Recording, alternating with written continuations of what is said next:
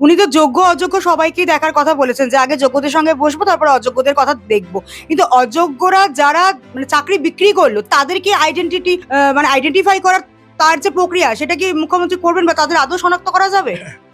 3 বছর ধরে করতে পারেননি, ওনার যে দপ্তরগুলো তারা করতে পারেননি। আপনি অবাক হয়ে যাবেন, এই ভারতবর্ষের কোনো রাজ্যে তথা পৃথিবীর কোনো রাজ্যে এটা নেই যে পশ্চিমবঙ্গ সরকার লিস্ট দিয়েছে 5,700 সামথিং, আচ্ছা মধ্যশিক্ষা পর্ষদ লিস্ট দিয়েছে আরেকটা 6,000-এর কাছাকাছি, আবার স্কুল সার্ভিস কমিশন প্রথমে লিস্ট দিল 5,465, আবার হিয়ারিং শেষ, এবার রায় বার হবে, হঠাৎ তারপরে গিয়ে বললো হুজুর এটাই সত্যি, এটাই ঠিক, আবার কি করলো 5,303 জনের সেখানে দিয়ে দিল। তাহলে বিচারপতি কি ভাববেন যে এরা তো বিভিন্ন জন বিভিন্ন রকমে, এদের কাছে আদৌ কোনো কিছু নেই, তাহলে এরকম সে চাকরি যারা সত্যি যোগ্যতায় চাকরি পেয়েছে তাদের সঙ্গে ছেলে খেলা কোনো, এবং উনি কিভাবে ওদের সঙ্গে ঠিক করবেন আমাকে বলুক দেখি।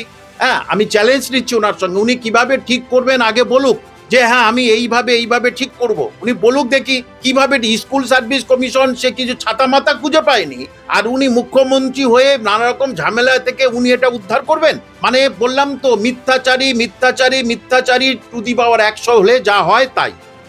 একদিকে মুখ্যমন্ত্রী বলছেন যে সার্ভিস রুল ব্রেক করবেন না, একদিকে বলছেন যে পুষিয়ে দেবেন। এই যে পুষিয়ে দেওয়ার মন্তব্যটা করলেন, উনি কিভাবে পোষাবেন? এই মন্তব্য উনি করতে পারেন যেখানে গোটা প্যানেল বাতিল করা হলো?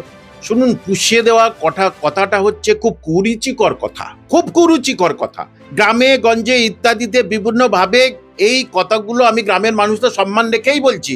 শিক্ষকদের পুষিয়ে দেবেন মানে তারা তো যোগ্য, তারা চাকরি, তারা মাইনে পাবেন, এটাই তাদের এটা রুল, তারা মাইনে পাবেন। কিন্তু উনি ওদের সঙ্গে বসে ওদেরকে পুষিয়ে দেবেন, এবং তাহলে তো সুপ্রিম কোর্টে গিয়ে বলতে পারতেন মধ্যশিক্ষা পর্ষদ যে এদের চাকরিটা রাখুন। সেটা কিন্তু বলেনি আদৌ, যে তাদেরকে বিদ্যালয়ে ফিরে যেতে বলেন। মানে কি বলবো, হাজার পাগল হলে এরকম কথা কেউ বলে না। বিচারপতি রায় দিয়ে দিয়েছেন, সেখানে 3 তারিখে 11টা থেকে ওই রায় বলবৎ, অর্থাৎ যে বিদ্যালয়ে গিয়ে অ্যাটেন্ডেন্সে সই করবে সে কন্টেম খাবে, কোর্ট অপমাননার দায়ে পড়বে, মাইনে নেওয়া তো দূরের কথা, সবই জানেন। উনি না জেনে অভিনয় করেন, না জেনে, ওই যে বলেছে না আমার কাছে ABCD সব রেডি আছে, অ্যাকচুয়ালি উনি বলতে চেয়েছেন A থেকে অ্যাক্ট্রেস অভিনেত্রী, B থেকে হচ্ছে বাম, মানে চোখে বাম লাগাবে, অভিনেত্রীরা বাম লাগায় না, আর C থেকে হচ্ছে ক্রাই, বাম লাগিয়ে কাঁদবে, সবাই তখন মনে করা কিছু আছে, আর D মানে হচ্ছে ডিস্ট্রয় করে দেবে রাজ্যের ছেলে মেয়েদের এবং শিক্ষা ব্যবস্থা ডিস্ট্রয় করে, এইটা উনি বোঝাতে চেয়েছেন। ABCD সব প্ল্যান রেডি।